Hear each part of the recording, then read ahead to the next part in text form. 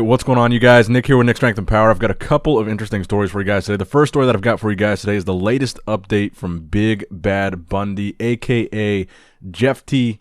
Sherifant. I'm sure I'm mispronouncing that name, but the last time we saw him on stage was the 2021 Tampa Pro, which I believe was his pro debut. And at that show, he placed 10th. And really, I think the main thing that held him back at that show, because he's got a great physique. He's got a great amount of size. He's got a great structure. But I think conditioning was the main thing that held him back. And he posted this 4 weeks out update from the Texas Pro. And his conditioning looks pretty on point here. I think it looks better than he looked at this point in his prep for Tampa. And he's got a really good physique, as you can see. You know, the structure is not your typical men's open structure. He's got a really small waist, but he's really round. He's really full.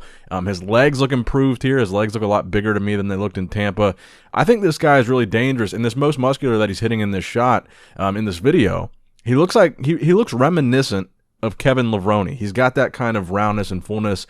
And he's got kind of an interesting story to him. His background is in professional football, and then he switched over to bodybuilding. And like I said, I think it took him a couple years to make his pro debut in Tampa. He turned pro a while back, maybe 5 years ago. Then he finally did the 2021 Tampa Pro, and we haven't seen him since. But a top 10 placing there. That was a pretty deep lineup. That was the year, obviously last year, that Iain Valliere won. But 10th place, I think, was pretty good considering his conditioning, and I'm curious to see what he's going to be able to do if he's actually peeled, if he's actually in shape.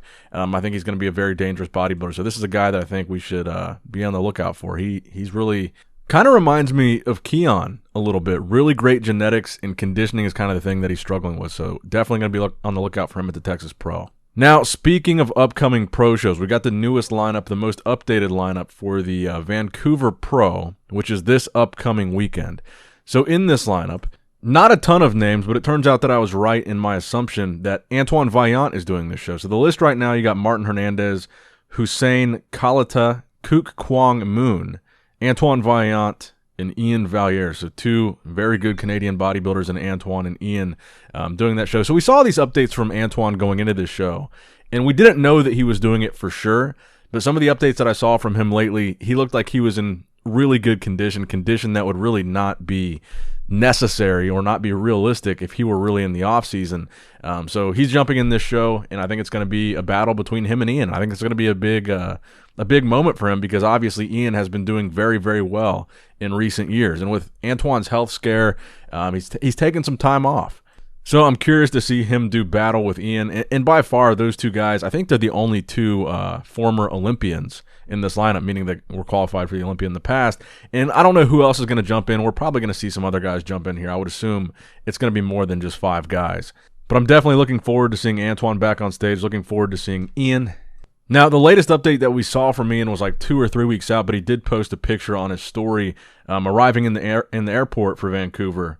And you can see in that update, he's already got the death face, so we should be looking for some pretty good conditioning from Iain. And he's looking to secure that Olympia qualification, just placing in the top 10 at the Olympia last year. Well, he placed well within the top 10, but just placing in the top 10 doesn't automatically qualify you for the next year. So Iain is probably one of the best Olympians right now that is not currently qualified for the Olympia. And in my estimation, he's probably going to win this show. And even if he does win it, he's expressed interest in going on to Texas, which is the show that we just talked about. That's what Big Bad Bundy is doing. So definitely looking forward to seeing big things from Iain on stage in Vancouver this weekend. Now, next up in the news, a very impressive physique update from Samson Dauda. Samson Dauda, he did very well at the Arnold Classic US, and he's weighing 320 pounds, which is pretty insane. I mean, that's like Big Ramy off-season territory weight. I mean, this is a pretty big dude. Granted, he is a taller bodybuilder, so 145 kilos plus. He obviously wears that weight a little bit better than somebody shorter than him would. But the thing that really impresses me about Samson is, A, his conditioning is pretty consistent. He always seems to be in pretty good shape. And B, while having this much size, being this heavy of a bodybuilder, he still maintains a really aesthetic physique for a men's open guy. He always has a small waist. He never looks distended in the midsection, at least never that I've seen. And I think that's pretty impressive, especially in this off-season video. This is the off-season. He has no reason to be not distended. He could be fully carved up here, eat whatever he wants. But the fact that he weighs 320 and he weighs himself on camera here, I think is extremely impressive with the maintaining of the physique that he's got. Because a lot of times you'll see guys try to put on size like this, and I don't know how much size he's trying to put on. But they'll put on size or get to a weight like this, and they'll totally blow out their midsection in the process. So I'm very impressed by what we've seen from Samson so far, and I think he's got a very bright future in whatever show he does next. Now, this next story kind of fits into the theme of this video very well. Speaking of Canadian bodybuilders and speaking of bodybuilders that are open guys that have very aesthetic open physiques, Quint Beastwood, a.k.a. Quentin Araya, about 4 weeks out from his next show. He's been posting a lot of updates lately, and I think I understand the reason why. It's because he looks damn good in a lot of these updates that we've seen. And the main thing from Quentin that I've been looking for after the last time that we saw him is improved legs, obviously, and that's what he's showing in this latest update that he posted today. You can see that his legs, to me, they look bigger, they look more separated, and improved conditioning. We talk about this a lot with some of these bigger guys, and Quint, I say bigger because he's also a taller guy, just like Samson is. And he's got a really aesthetic physique just like Samson does. And I believe Greg Doucette even did a video talking about Quentin, saying he believes he was the most genetically gifted bodybuilder as far as structure is concerned for bodybuilding, structure and shape. He's got really round, full muscle bellies while having this aesthetic physique, small waist, V-taper, all that good stuff. But 4 weeks out, he looks very impressive. I don't think he's ever qualified for the Olympia before. But this is a guy that I'd really love to see on the Olympia stage. He brings something different, kind of like Blessing Awodabu. He kind of reminds me of Blessing in a way. Blessing is a taller bodybuilder. Blessing's a more aesthetic bodybuilder, but still carries a lot of size.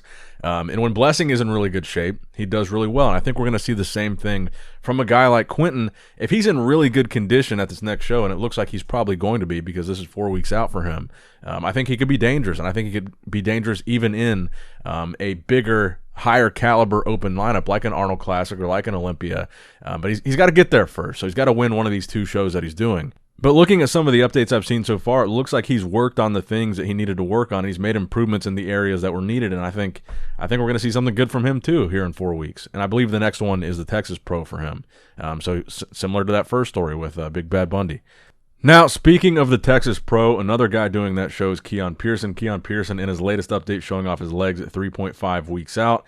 And again, another guy that's one of the areas that he needed to focus on. It looks like that's something he has focused on, legs and conditioning. And I think we can see improvements there as well. He's already got striations in his glutes. His hamstrings look more separated than usual. And you can see cross striations in the quad in that last picture there on the far right. And I've talked about this a lot when we talk about Keone. I think we know now that he's staying in 212 for at least the time being. He's not going to go back to Classic for at least the time being. And for him to be successful in 212, I really think that's the point that he needs to bring up. The lower body, but specifically conditioning in the lower body from the back. The striated glutes, the separated hamstrings, in the lower back holding a little bit of water. I think those are the things where his conditioning struggles, and those are the things that you can see kind of in this picture, even though 2 of the shots are front on. You can see that he's worked on. He's 3.5 weeks out, he's got at least 1 or 2 striations there in his glutes. And it sounds weird talking about that, but that's kind of what I think he needs to bring up to be successful in 212, because I think 212 is a much more competitive division from a standpoint of conditioning, because all these guys have to make weight.